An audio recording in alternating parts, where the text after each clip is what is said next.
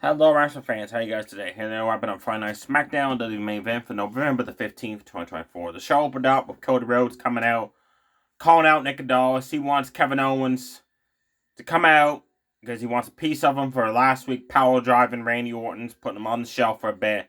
And Nick Aldis came out and said, look, Kevin Owens is suspended again. I don't want to lose any more star-branded power with the talent, he said. Orton's gone. If he attacks you, he can injure you, and then I lose my champion on my brand. And Cody said, all this started because I teamed up with Roman Reigns and Bad Blood to fight Solo. And Jacob fought too. That upset Owens.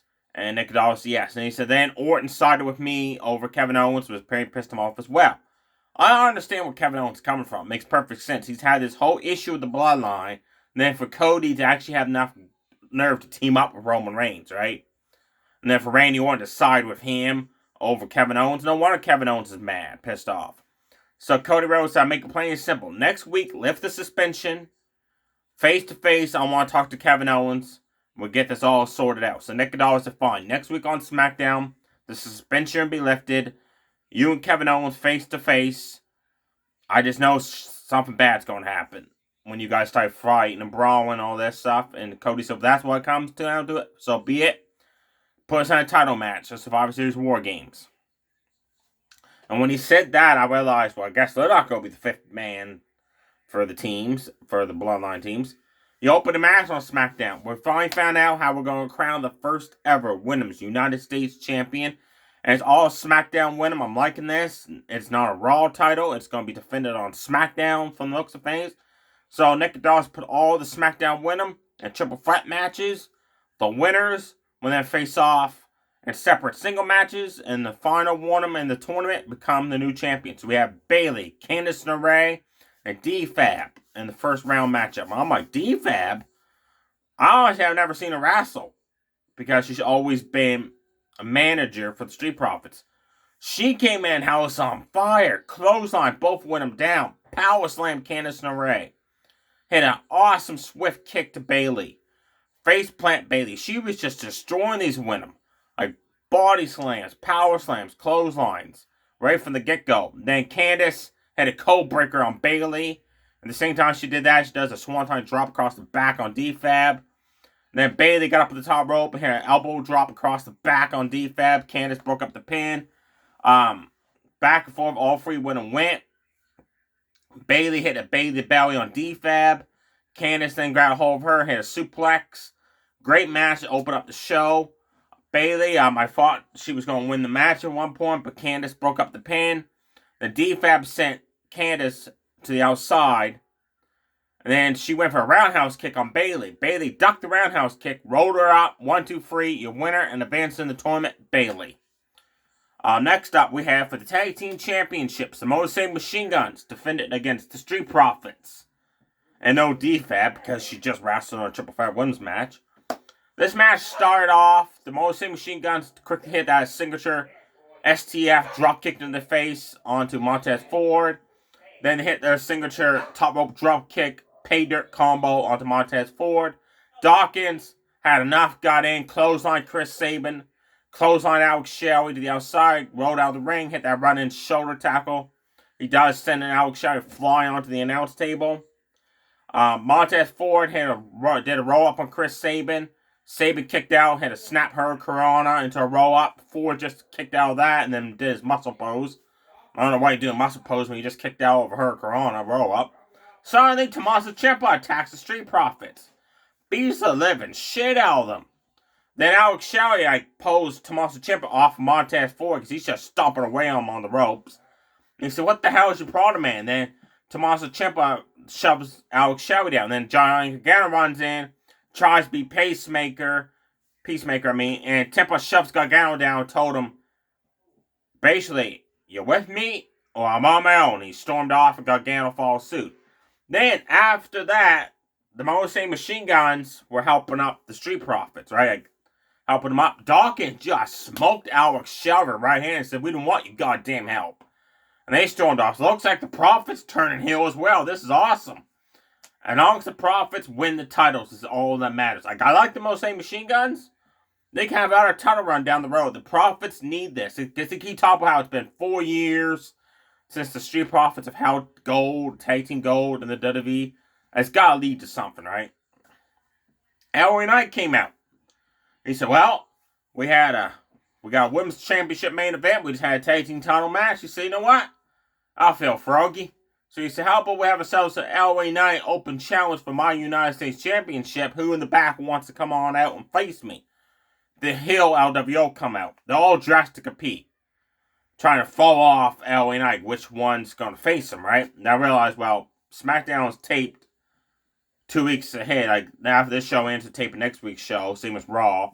Because Triple H said that he's giving the superstars the weeks off for Thanksgiving over in the States. That was nice of Triple H, I thought. So, probably Humberto, guys, and other guys will be wrestled next week on SmackDown. Anyways, on the main event.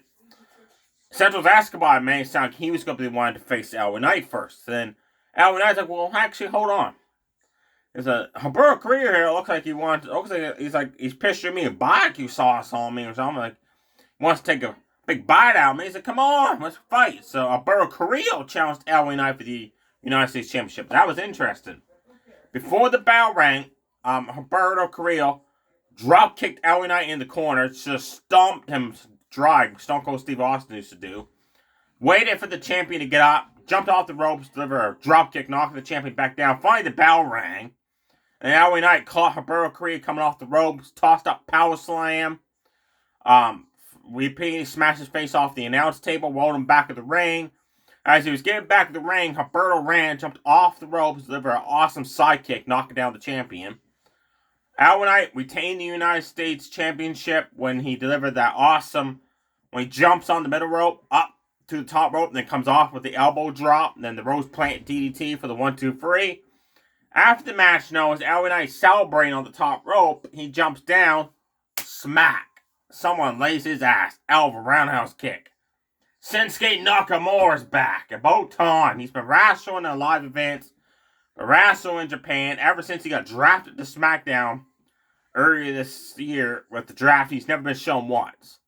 He's got some kind of like warrior face paint going on. His hair is all like covering his face. And just roundhouse kick just floored LA Knight. Nakamura deserves to be used better than what they're doing. So it looks like they're going to have Nakamura versus LA Knight for the United States Championship. That's going to be one hell of a match. Main event time for the WWE Women's Championship. Nia Jax, your queen of the ring winner with Tiffany Stratton at ringside, took on Naomi, who also had nobody at ringside.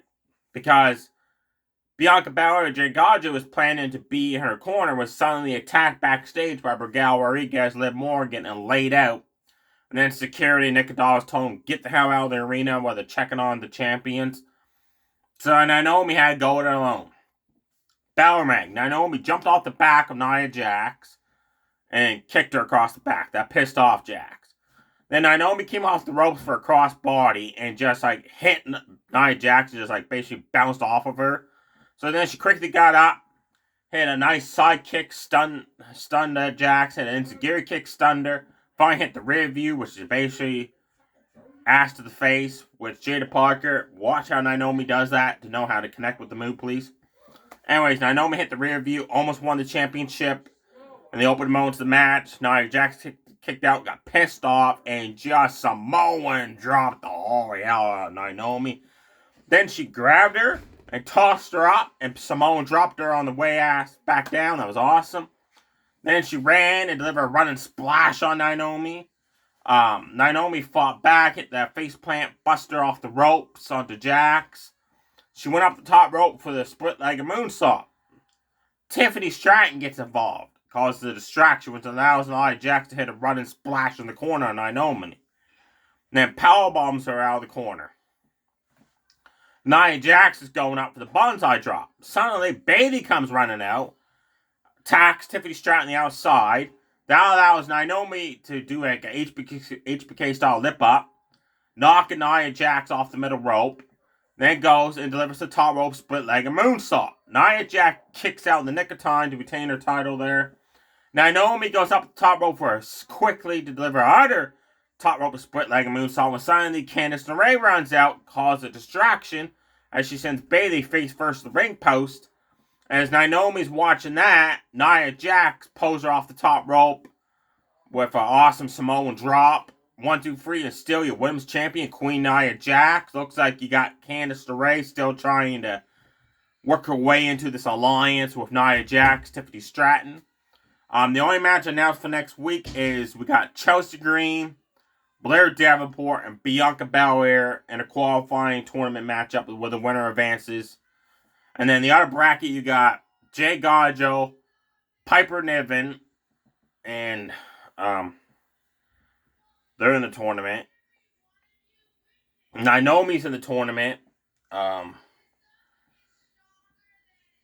to figure out. Oh, Mia Yim's in the tournament. And I can't remember who the other person is. I apologize, folks. But now I think of it, there was a backstage segment where Jay Gajo was talking to Piper Niven, saying, I can't wait to fight you. And Chelsea Green said, well, I'll win my qualifying match over Blair and Bianca. And then Piper win her match against you, and then Mia Yim showed up. So Mia Yim's the third woman in that one. I'm just trying to figure out who the heck the other woman is. But, oh well, it'll come to me eventually. And Cody Rhodes versus Kevin Owens in like a segment. Now, Bloodline segment happened on the first hour of the show, which I liked. Facially, they brawled. Then suddenly, Braun Strowman attacks the original Bloodline. So Braun Strowman is the fifth man for the team. Now, Raw was pre-taped. It's always leaked online. People showed it online. Of course, I was one of the people that found it. I did not like that because I don't like spoilers. So I'm not telling you what happened. All I'm telling you is what happened on Raw is why Braun Strowman is the fifth member of Solo's team for War Games. Braun Strowman delivered to Sami onto Roman Reigns. Then Jacob Fatu delivered a top rope moonsault. Then Solo delivered a Samoan spike. Jimmy did absolutely freaking nothing at all. Sammy did shit all nothing. Jay, he tried to fight, but he got taken out like 5-on-1. So I don't know what Jimmy and Sammy are like, okay, we're going to fight, but as soon as Braun Strowman gets in, it's like 5-on-4. We're not even going to try to help out. Like, they just basically just stayed outside and let Roman get his ass kicked. Then the show ended with Roman Reigns calling the wise man Paul Heyman. But then he throws the cell phone down because Paul Heyman's number is no longer in service. People change the phone numbers, Roman. Should have stayed in touch with the wise man. But no, you being Roman Reigns, I don't blame Paul Heyman changing his number.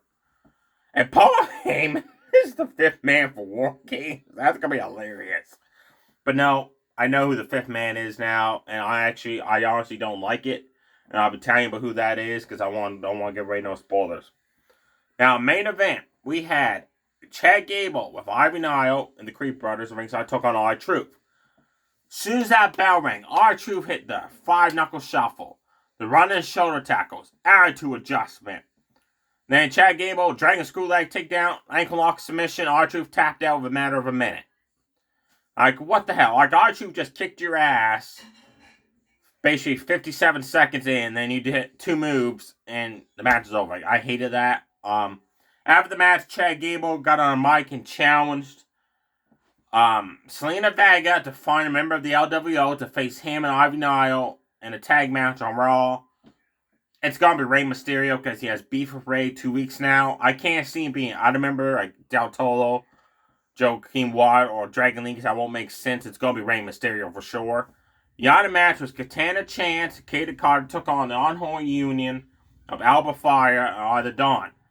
As soon as that match won, Katie Carter super kicked the holy hell. As soon as the bell rang, Katie Carter super kicked the holy hell out of Arthur Dawn. Then Katana Chance, her Corona, Alba Fire in the corner, backed up, hit a running cannonball in the corner, stomps in the corner. Then the winner delivered a double team 450 splash neck breaker onto Alba Fire for the 1-2-3. I'm like, I had a fast match. Like, okay, this match is over in like 2 minutes. Like, I don't like fast matches like that. Alba Fire are the Dawn, are former Women's Tag Team Champions, and they just got squashed. Like, what the hell? At least have them do a move, have some offense, right? Not just battle ring, get your guys' ass kicked by the 2 different women, then bam, a double team move, and you're done. There was no third match on main event this week. It was just 2 matches. So it looks like maybe once in a while we get a third match. I thought it was going to be starting like 3 matches every time, but no, it looks like it's just once in a while. There you have it. Monday Night Raw, we got Seth Rollins versus Bronson Reed. If Rey Mysterio and Selena Vega accept the challenge, we're going to have them versus Chad Gable, Ivy Nile on a tag match. And we also got Sheamus versus Braun Breaker for the Intercontinental Championship. That should probably be the opening match, I'm thinking. Or the main event. But the main event will probably be Seth and Bronson Reed now, think of it. There you go, folks. Too sweet, everybody. Stay safe. Bye.